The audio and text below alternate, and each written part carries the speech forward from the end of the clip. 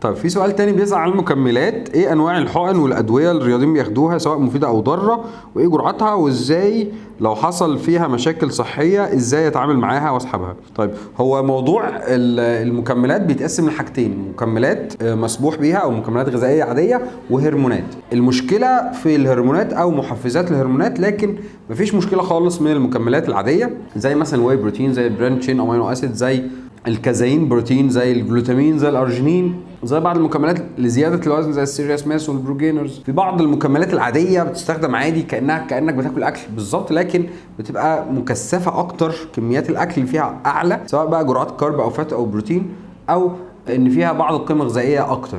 تمام. طيب المشكله في ايه بقى؟ المشكله في الهرمونات. الهرمونات هي اللي فيها خطوره وممنوعه دوليا، لكن للاسف بتستخدم وما زالت تستخدم، وللاسف بيحصل منها سنويا حالات وفاه كتيره جدا نتيجه استخدامها بشكل سواء خاطئ او مش خاطئ. يعني حتى لو استخدمتها بشكل عادي هي بتعمل اعراض جانبيه، ممكن للاسف حتى لو بتستخدمها كويس بجرعات كويسه ممكن برضو تؤدي للوفاه.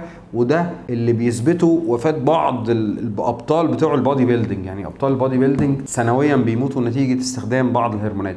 الهرمونات دي عباره عن ايه؟ عباره عن الجروث هرمون، عباره عن التستوستيرون، عباره عن الانسولين.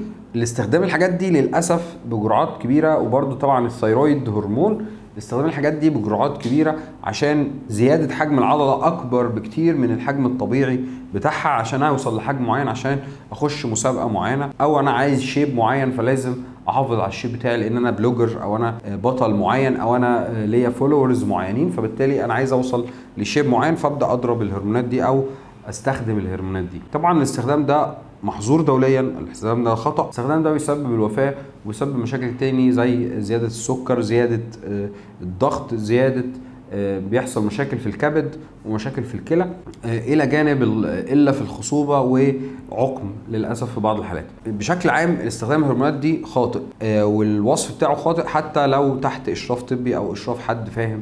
الحاجات دي استخدامها غلط تماما، فالافضل ان احنا نبعد عنها تماما وما نستخدمهاش خالص. طيب عايزين ناخد فكره عامه، احنا بناخد بعض الهرمونات يسموها السايكل او الهرمون سايكل. الهرمون سايكل انا باخد بعض الهرمونات وبعدين بعد كده بعمل تنظيف. التنظيف ده عباره عن ان انا مثلا الهرمون اللي انا باخده بيأثر على الكبد، فانا باخد حاجه مكمل للكبد، بيأثر على الكلى باخد حاجه للكلى، بيأثر على زياده الهرمون بتسبب مشاكل صحيه فباخد حاجه تقلل تاثير الهرمون بشكل معين. فبالتالي هي بتبقى حسبه كده، بس الموضوع طبعا يطول شرحه ويطول الكلام فيه في الهرمونات، بس الافضل البعد عنه تماما لان هو غير مصرح وللاسف بيعمل مشاكل صحيه كتيره. لكن احنا بنتكلم على المكملات الطبيعيه زي ما احنا اتفقنا، البروتينز، الكارب، الفات، الحاجات اللي فيها فيتامينز، مينرالز زي السنترم مثلا، زي المالتي فيتامينز. الحاجات دي بتستخدم بشكل كويس ما دام مفيش ابيوزنج او سوء استخدام، ان انا بستخدم بروتينز بشكل كبير جدا او ان انا بستخدم اوفر يوزنج بتاعها. ده هو فيه المشكله، وده ممكن يعمل حمل على الكبد او الكلى او يسبب مرض السكر او زياده في نسبه الدهون في الجسم او نسبه الدهون